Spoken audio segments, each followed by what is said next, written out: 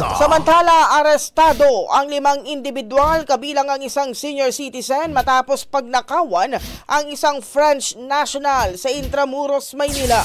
Ayon sa Makati City Police, naglalakad ang biktima sa isang kainan at sa lungsod nang lapitan siya ng 3 sa mga sospek. Kinausap daw ito at itinuro sa kanya ang magagandang tourist spot sa Metro Manila.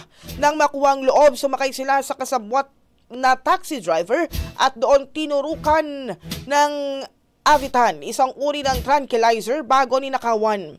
Nalimas ng mga sospek ang cellphone, 96,000 pesos sa cash at iba pang gamit ng biktima. Natunto ng mga sospek dahil sa GPS ng ninakaw na cellphone.